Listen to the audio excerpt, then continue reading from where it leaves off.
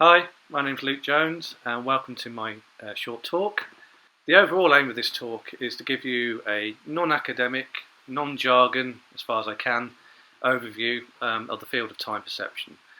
So hopefully this will make some of the material that's presented after me more clear and may help facilitate the discussions and the questions that you might want to ask. So I want to give you an idea of the different types of thought processes and behaviours that are grouped under the term time perception. There are many types of thought processes and behaviours which are grouped under the term time perception. And this can be a problem, as when people are referring to time or timing, they can often be referring to something very different from somebody else talking about time or timing or time perception.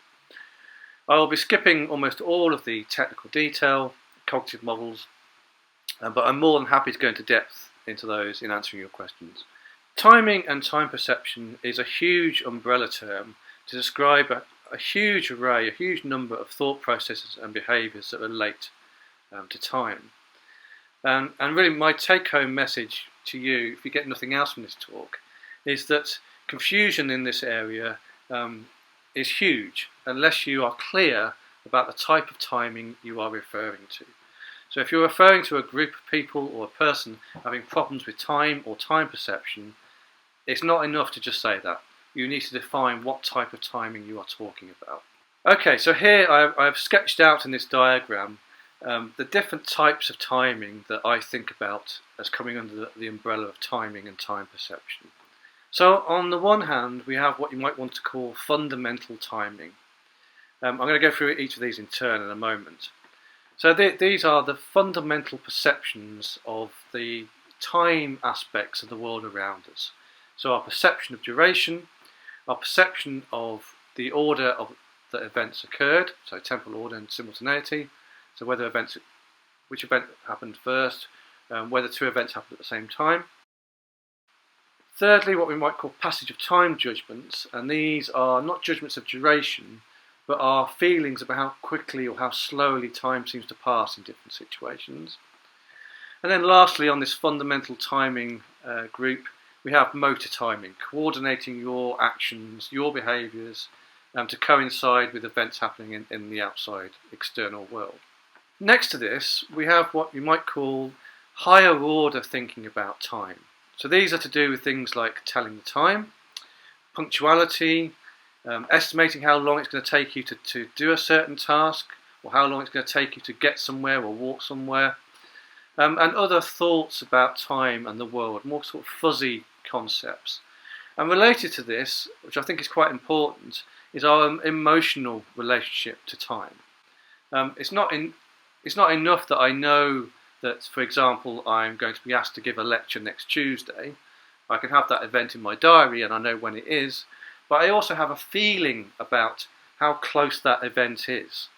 Okay, so the vast majority of the research that I do is concerned with the perception of duration. So how we perceive how long an event lasted for. So typically in the lab, I will present you with sounds, lights and vibrations, and I can get you to do a whole load of different tricks with these. So I can ask you which is longer, I can ask you whether this duration is the same as the one I gave you before. I can ask you to estimate duration, so I simply show you a light or play you a tone, and I ask you how long was that light, how long was that tone.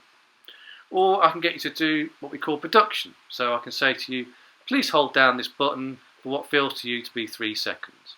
And this type of timing, this perception of duration, also called interval timing, the majority of the psychology of time is concerned with this.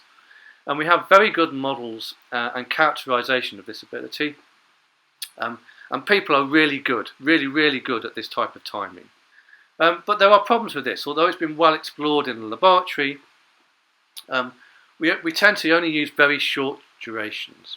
Quite often the longest durations we'll use might be no more than a couple of seconds long. And there are reasons for this. One is if you use long durations, it makes the experiment very long and very boring. And secondly, if we're using durations which are more than a few seconds, then people start using different strategies. So they might start counting, 1 1000, 2 1000, 3 1000, that kind of thing. But nonetheless, we know that we must be doing this type of timing in our everyday life. So although we're studying it in the lab and it might look as if it's very much removed from everyday life, we do know that people are doing this kind of duration timing in real life. An example I often give is you're crossing a road that you've crossed many times before, at pedestrian crossing. You press the button and you wait for the green man to appear.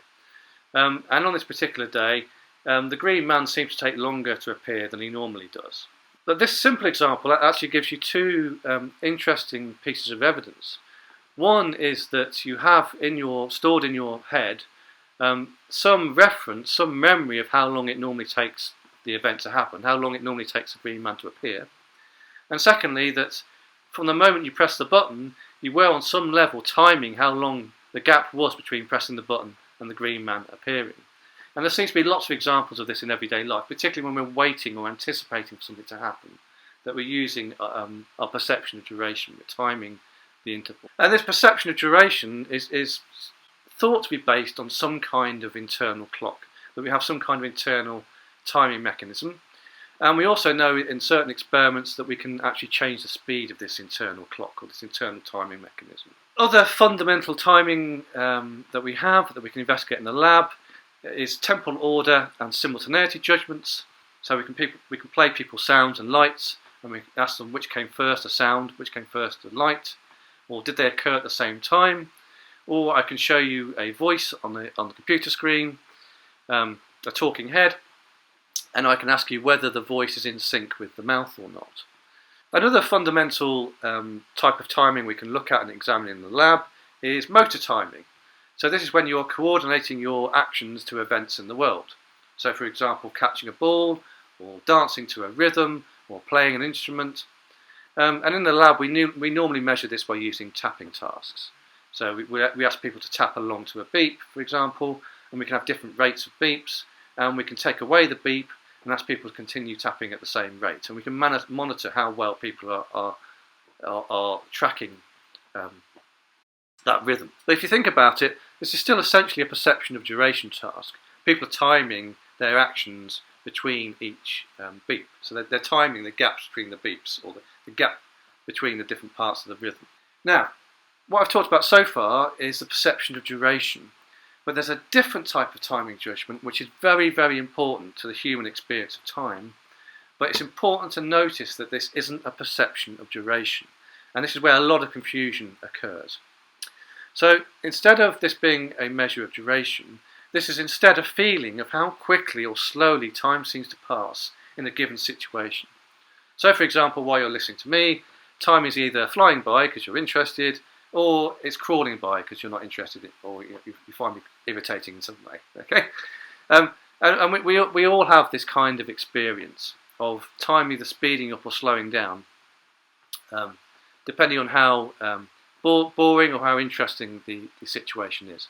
There's some interesting details about these situations which I won't go into now, but will probably come up in conversation later. And we have some idea about what affects this.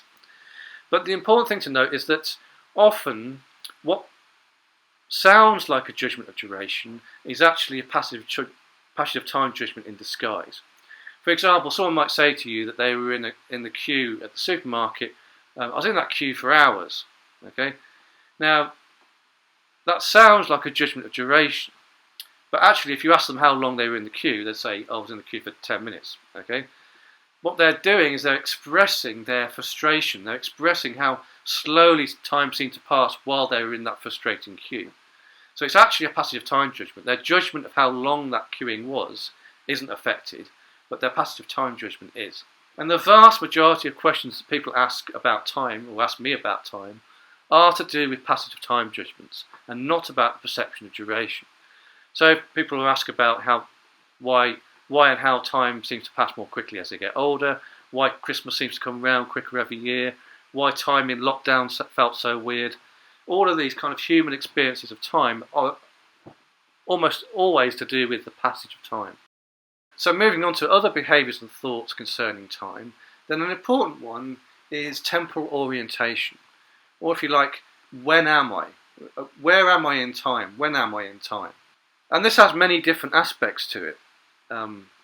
And this has many different aspects to it, and not all of them I think have been fully explored. And there's a lot of crossover here between different types of phenomena. So on a developmental level, then learning to tell the time from a digital or analog clock, watch, or more typically now a phone. Some children find this easy, other children have difficulty with this. Understanding the months of the year and their order and what happens in different months of the year, understanding how seasons change. But also not just knowing what time it is or what day it is, but that time or that day having a meaning to the person or some emotional reaction. So you might look at the clock and the clock says it's 1:45 noon, it's 1:45 midday. Okay, you can read the clock, you know what time it is. But we may differ in our emotional response or what that means to us. Okay, I might look at the clock and it's 11:45 and I think, oh my goodness, it's nearly halfway through the day and I haven't got enough work done. Someone else might look at it and think, God, I haven't had any breakfast and it's nearly lunchtime. Okay, you have some emotional reaction, emotional feeling to it. Another aspect of this is understanding how long a certain duration is going to feel. So if I say to somebody, we're leaving for the shops in 5 minutes, okay, or I say to the child, yes, we'll do that in 5 minutes' time. Knowing what 5 minutes is, that 5 minutes is longer than 4 minutes and shorter than 10 minutes, okay, everybody can probably conceive that. But having an idea of how long 5 minutes is going to feel is a different kind of behaviour, a different kind of type of thought process. And this is further complicated by the fact that parents often lie to their children about durations. Okay, so the child might be nagging to the parent about something. Can I play on the PlayStation? Can I play on the PlayStation, Mum? Can I go out my bike, Mum? Can I go out my bike, Mum? And the parent might keep saying, yes, in a minute, son. Yes, in a minute, son. Yes, in a minute. But they don't mean a minute or 5 minutes. Okay, they mean at some point in the future when they're ready for that to happen. So knowing when something is going to happen is not enough. So knowing that I've got to give a talk next Tuesday, that's not enough. I need to have some feeling of how long it's going to take for me to put that talk together. So I can start planning, okay, the talk is next Tuesday, so I better start work on it today or tomorrow, otherwise I'm not going to have enough time to get the thing together. Or if I'm going to meet somebody, it's not enough to know that I'm going to meet them at the pub at 8 o'clock.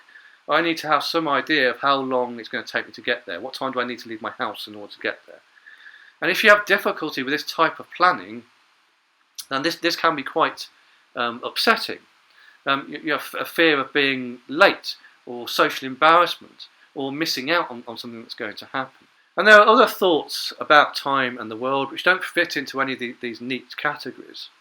So, for example, what we call prospective memory tasks. And a good example of this is cooking. So remembering that, for example, that the potatoes need to go in the oven 20 minutes before the roast comes out, or making a cup of tea. How long has the tea bag been brewing? I want my tea to be strong. I don't want it to be weak, but I don't want it to be stewed either.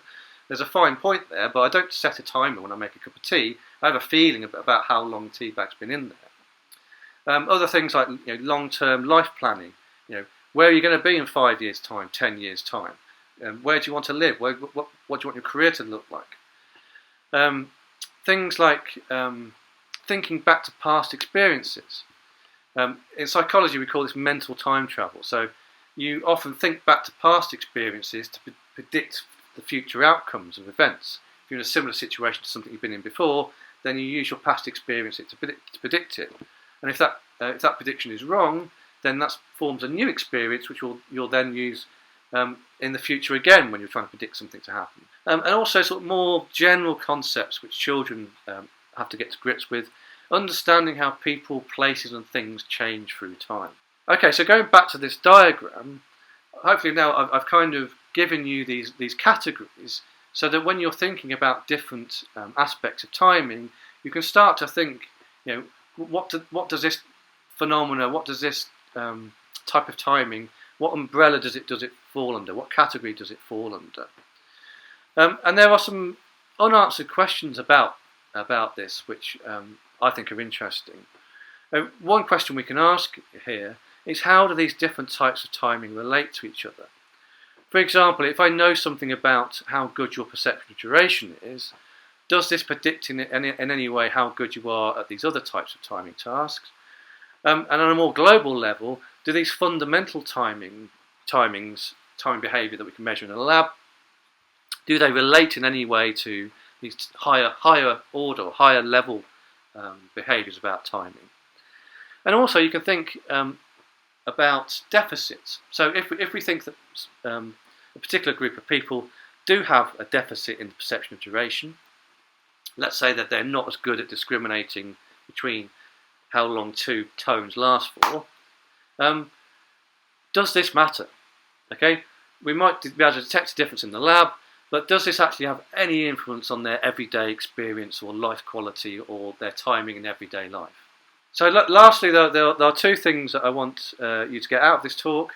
One, as I said at the beginning, the take-home message that is confusion abounds unless you're clear about what type of timing you are referring to. And secondly, I'd like to hear from you about what types of behaviours and thoughts about time that we're not capturing, that we're not investigating, that actually might be more important than some of the timings that I've already mentioned. Okay, thank you for listening. I'm more than happy to answer any questions or hear any comments that you have on this topic.